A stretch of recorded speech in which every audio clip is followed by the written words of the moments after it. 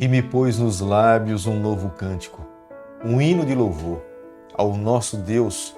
Muitos verão essas coisas, temerão e confiarão no Senhor. Salmo capítulo 40, verso 3. Nós estamos aqui nesse momento falando de um compositor, um músico, o salmista Davi. Quantas músicas compostas para glorificar a Deus. Davi sabia perfeitamente do valor da música, do valor do canto. E Davi fazia isso constantemente no momento em que estava pastoreando o seu rebanho. Quando Saul estava tomado por espíritos malignos, Davi louvava o Senhor. E tenho certeza que o cântico foi um instrumento nas mãos de Deus naquele período. Davi usado pelo Senhor para glorificar o nome dele.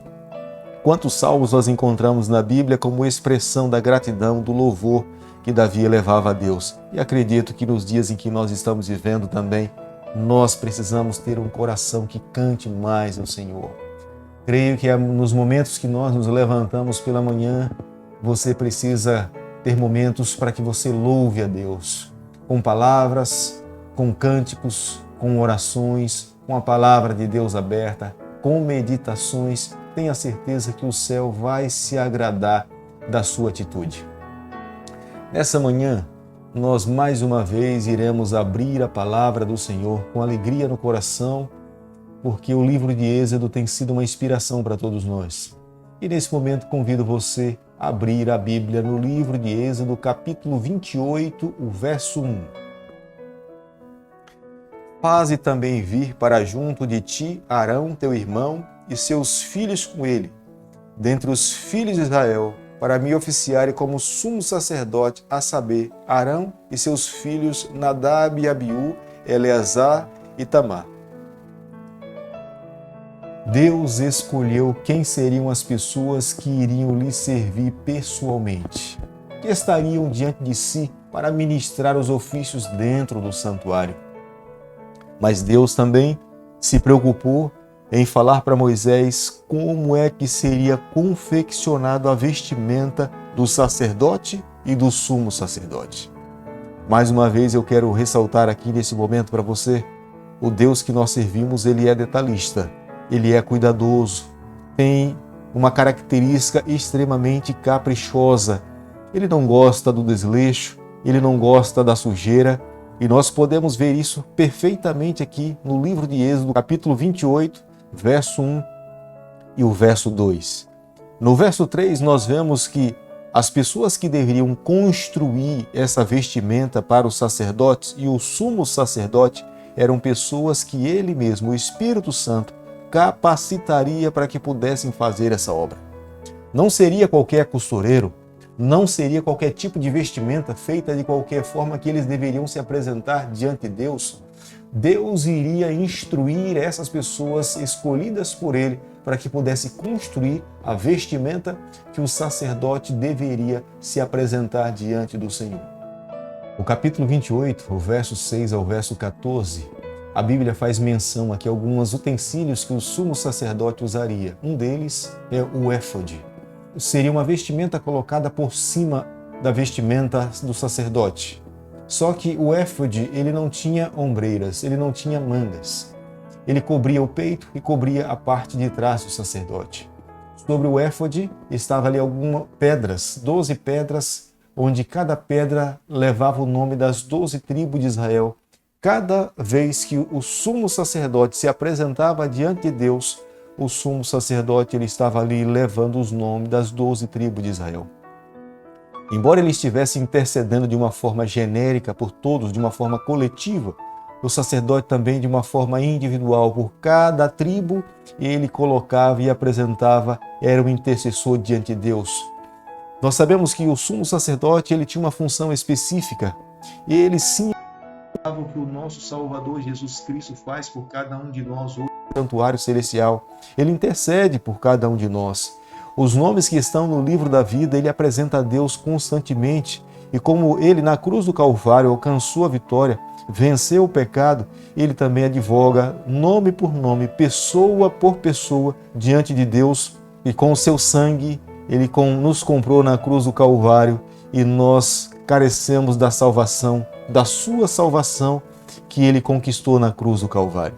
Por isso que a cada momento que nós estudamos o livro de Êxodo, que nós estudamos a temática do santuário, nós precisamos crer, reforçar o nosso pensamento que tudo aquilo que nós alcançamos na vida é resultado da obra salvífica da pessoa do nosso Salvador Jesus. O capítulo 28, do verso 15 ao verso 29, em cima do éfode, no peitoral do sacerdote, estavam ali 12 pedras. O sumo sacerdote levava no seu peito o nome das 12 tribos de Israel. Era uma prova clara que o sacerdote, para onde ia, ele tinha no coração aqueles pelo qual ele intercedia. Nós também, nessa manhã, precisamos nos lembrar de uma coisa. O nosso Deus leva o nosso nome no seu coração. Era uma prova clara que a razão do amor de Deus eram os seus filhos.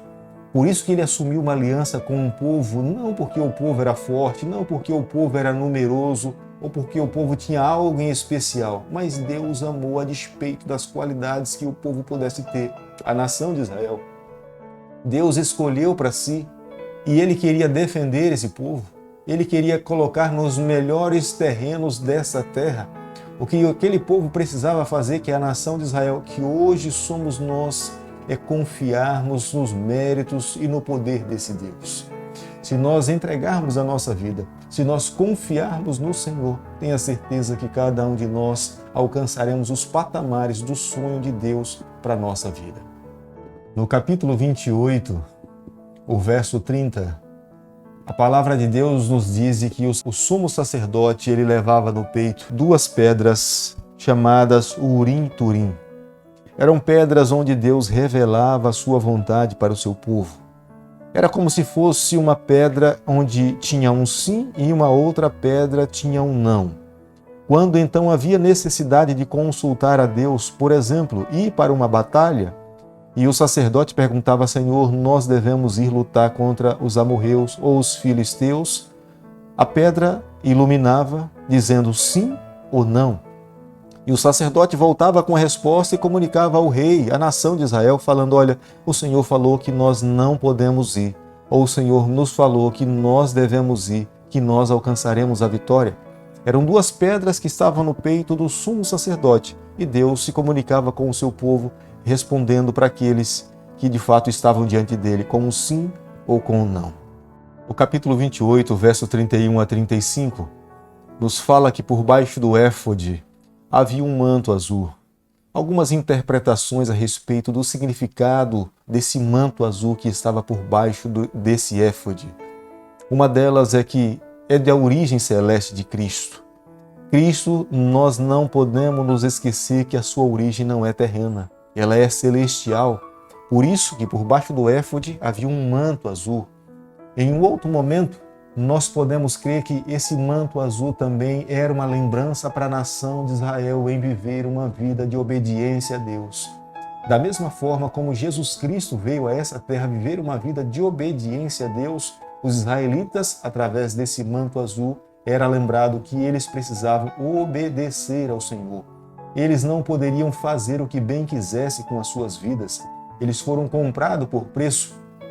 Eles deveriam reconhecer que a aliança assumida com Abraão, eles tinham o compromisso de viver uma vida de fidelidade para Deus, como Deus também estava vivendo uma vida de fidelidade para com o seu povo. Capítulo 28, verso 36 ao verso 38, na cabeça do sumo sacerdote estava uma mitra. Essa mitra é como se fosse um turbante, e na frente, na testa, estava uma marca de ouro, santidade ao Senhor. O sumo sacerdote deveria se lembrar que ele era separado para viver para o Senhor. E ao se apresentar diante de um Deus santo, de um Deus puro, ele não deveria se esquecer em momento algum que ele deveria estar preparado para esse encontro. A nação de Israel, ao olhar para o sumo sacerdote, eles também deveriam trazer a lembrança no coração de que Deus era um Deus santo. O povo de Deus não poderia viver de qualquer forma. Deus não aceitaria qualquer oferta. Quando Deus se manifestava, o povo deveria reconhecer que esse Deus é grandioso, a sua majestade é infinita, os próprios querubins se curvam diante de Deus e proclamam que Ele é santo, santo, santo por toda a eternidade. A nação de Israel não poderia entender de forma diferente. Creio que nós, nos dias em que nós vivemos, nos encontramos, nós também precisamos ter essa consciência. Ao nos aproximarmos do Senhor, nós precisamos ter um coração que entenda que o Deus que nós servimos, até através da forma como Ele conduziu a construção do santuário, a vestimenta, nós podemos ver que Ele é um Deus santo. O verso 39 do capítulo que nós estamos estudando agora pela manhã, o sumo sacerdote usava uma túnica. Era a túnica que estava em contato com o seu corpo. Era uma túnica de linho finíssimo. É o mesmo material que nós encontramos dentro do templo, nas cortinas do templo. A túnica de linho finíssimo, branco, simbolizava a pureza. Como que o sacerdote deveria viver uma vida santa diante do Senhor. Era a pureza do coração. A sua vestimenta deveria ensinar aqueles que estavam do lado de fora. A nação de Israel, ao olhar para o sumo sacerdote e ver o linho cobrindo o seu corpo branco, eles deveriam se lembrar da santidade e da pureza que cada pessoa precisa estar para se apresentar diante de Deus. Reconhecendo que todo o sistema sacrificial que acontecia no santuário era uma forma de Deus ensinar aquela nação como eles deveriam se preparar para receber a salvação em Jesus Cristo. Há uma escritora americana, ela escrevendo a respeito das vestimentas do sacerdote, ela disse o seguinte: tudo que dizia respeito ao vestuário e conduta dos sacerdotes devia ser de molde a impressionar o esplendor com o entusiasmo da santidade de Deus, de seu culto e de pureza exigida dos que entravam em sua presença. Meu amigo, nessa manhã, ao concluirmos aqui o capítulo 28 do livro de Êxodo, eu e você, nós precisamos levar no nosso coração a mais certa certeza. E quando nós formos nos apresentar diante de Deus, a vestimenta, a indumentária é de grande valor para o Senhor. Esse Deus é detalhista, Ele é cuidadoso. Ele teve um cuidado todo especial em ensinar como é que o sacerdote e o sumo sacerdote deveriam se apresentar diante dele. Não pode ser diferente nos dias em que nós estamos vivendo. É o mesmo Deus, é o mesmo Senhor. Ele não muda, Ele é eterno. Pois entenda, que Ele, quando nós nos apresentamos diante dEle, Ele também nos olha e nos vê como nós temos nos apresentado diante do Senhor. É claro, estou falando da vestimenta, mas nós não podemos nos esquecer do nosso interior, do nosso coração. O nosso coração precisa estar preparado para esse encontro.